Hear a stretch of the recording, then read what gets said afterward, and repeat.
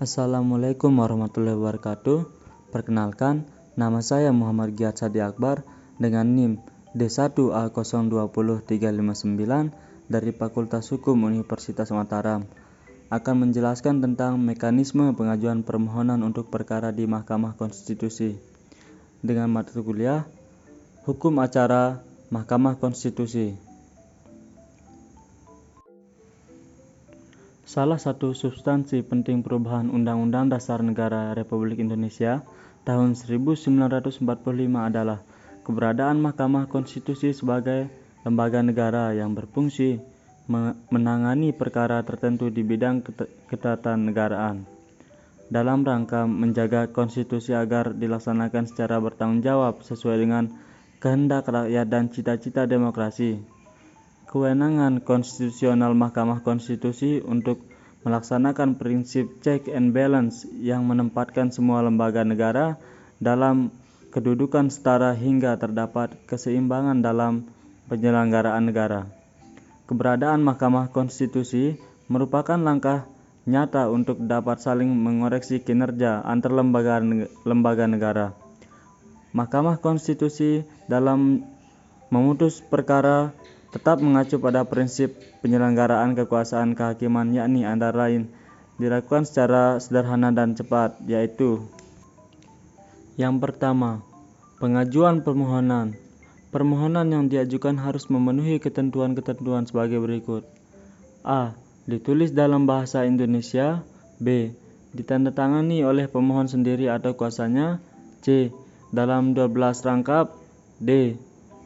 Memuat uraian yang jelas mengenai permohonannya, yaitu yang pertama, pengujian undang-undang terhadap UUD 1945. Yang kedua, sengketa kewenangan lembaga negara yang kewenangannya diberikan oleh UUD 1945. 3. Pembubaran partai politik. 4. Perselisihan tentang hasil pemilihan umum. 5. Pendapat DPR bahwa presiden atau wakil presiden diduga telah melakukan pelanggaran hukum atau perbuatan tercela atau tidak memenuhi syarat sebagai presiden atau wakil presiden sebagaimana dimaksud dalam Undang-Undang 1945. E. Sistematika uraian. Yang pertama, nama alamat pemohon atau kuasanya. Yang kedua, dasar-dasar pemohon, meliputi terkait dengan kewenangan, kedudukan hukum, pokok perkara. Yang ketiga, hal yang diminta untuk diputus sesuai ketentuan dalam setiap permohonan. F. Dilampir alat-alat bukti pendukung. Yang kedua, pendaftaran dan penjadwalan sidang permohon yang diajukan harus memenuhi ketentuan-ketentuan sebagaimana telah diuraikan di muka. Untuk itu, Panitera melakukan pemeriksaan terhadap kelengkapan administrasi permohonan itu. Hasil pemeriksaan itu diberikan kepada pemohon.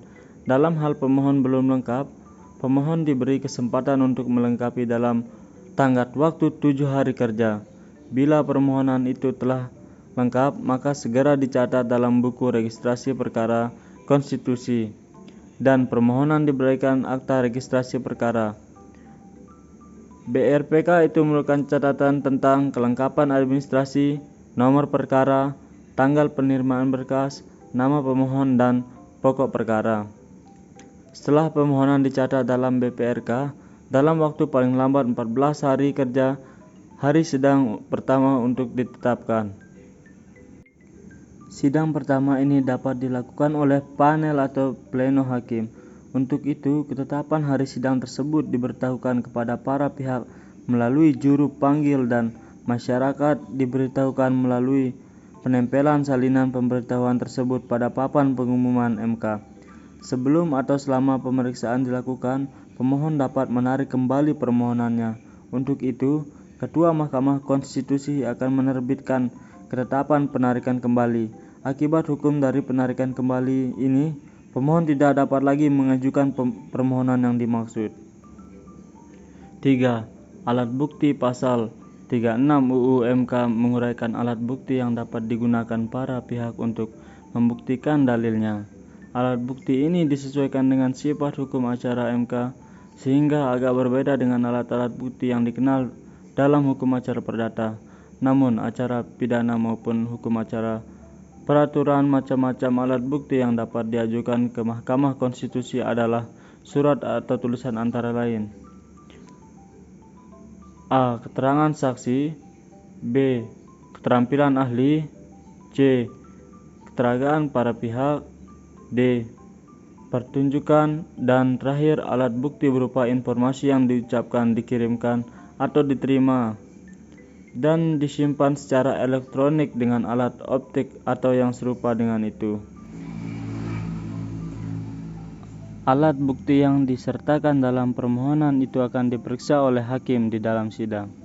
Dalam pemeriksaan itu, pemohon harus dapat mempertanggungjawabkan perolehan alat bukti yang diajukan secara hukum. Yang keempat, pemeriksaan pendahuluan sidang pertama harus ditetapkan dalam jangka waktu 14 hari setelah permohonan dicatat dalam buku register sebagaimana diatur dalam pasal 34 UU MK. Sidang pertama ini adalah sidang untuk pemeriksaan pendahuluan. Sidang ini merupakan sidang sebelum memeriksa pokok perkara. Dalam sidang pertama ini, MK mengadakan pemeriksaan pelengkapan dan kejelasan materi permohonan. Pemeriksaan ini dilakukan oleh panel atau pleno dalam sidang pemeriksaan pendahuluan yang terbuka untuk umum. Apabila dalam pemeriksaan ini terdapat materi permohonan tidak lengkap atau tidak jelas, maka menjadi kewajiban MK memberikan nasihat kepada pemohon untuk melengkapi atau memperbaikinya. Yang kelima, pemeriksaan persidangan. Pemeriksaan permohonan atau perkara konstitusi dilakukan dalam sidang MK terbuka untuk umum. Hanya rapat permusyawaratan hakim atau RPH yang dilakukan dalam sidang tertutup.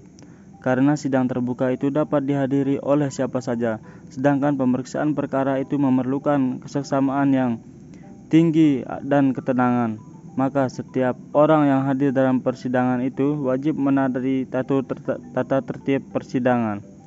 Berdasarkan kewenangan yang diberikan oleh undang-undang, MK telah menerbitkan peraturan Mahkamah Konstitusi PMK dengan tata tertib persidangan, yakni PMK nomor 03/PMK/2003. Oleh karena itu, siapa yang melanggar tata tertib persidangan ini dikategorikan sebagai penghinaan terhadap Mahkamah Konstitusi, contempt of court. Dalam pemeriksaan persidangan, hakim konstitusi memeriksa permohonan yang meliputi kewenangan MK terkait dengan permohonan, kedudukan hukum pemohon, dan pokok permohonan beserta alat bukti yang diajukan dalam persidangan. Para pihak yang berperkara, saksi serta ahli memberikan keterangan atau yang dibutuhkan. Demikian pula lembaga negara yang terkait dengan permohonan. Dan terakhir, yang keenam, tentang putusan.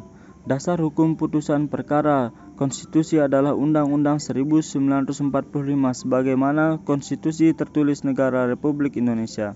Untuk putusan yang mengabulkan harus didasarkan pada sekurang-kurangnya 2 alat bukti yang sah dan keyakinan hakim bahwa pemohon itu memenuhi alasan dan syarat-syarat konstitusional sebagai mana dimaksud dengan konstitusi. Oleh karena itu, putusan harus memuat fakta-fakta terungkap dan terbukti secara sah di persidangan dan pertimbangan hukum yang menjadi dasarnya. Cara mengambil putusan dilakukan dengan musyawarah untuk mufakat dalam RPH melalui sidang pleno tertutup dipimpin oleh ketua sidang. Ketentuan mengenai ketua sidang pleno sebagaimana telah disebutkan di atas berlaku secara mutatis mutandis dalam RPH ini. Di dalam rapat pengambilan putusan ini, setiap hakim konstitusi menyampaikan pertimbangan atau pendapat tertulis terhadap permohonan. Dengan demikian, maka tidak ada suara abstain dalam rapat pengambilan putusan. Sekian dari saya. Apabila ada yang salah, mohon dimaafkan. Wabillahi taufiq wal hidayah. Assalamualaikum warahmatullahi wabarakatuh.